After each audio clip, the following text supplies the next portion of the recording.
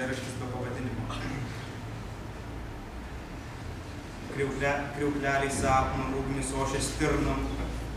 aplimbas raigės atspindi bepročio, matai, benzinas po plunksna virto ir veidrodėje veidas Dievo godžiai, lietaus prisijaukina seną našlę, geri jos delnus, krūtis plaukus ir tik prabėgus stirnai sako neprošal, ugnies kriaukleliai vėl išgirst palaukęs, išgirsti veidą atsimušusi nuo veido, matyti kaip pirmai iš po žemių kalti žiogas, o sapno erdvės degančios išmaino,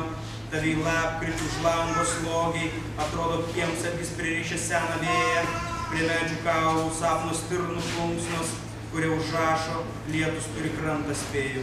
lietaus žibuoklėm tavo kūnant sunkintis.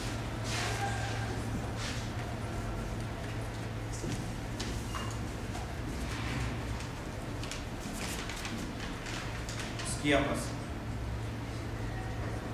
Paskiepijo ją nuo mirties, nuo paukščių, sapno,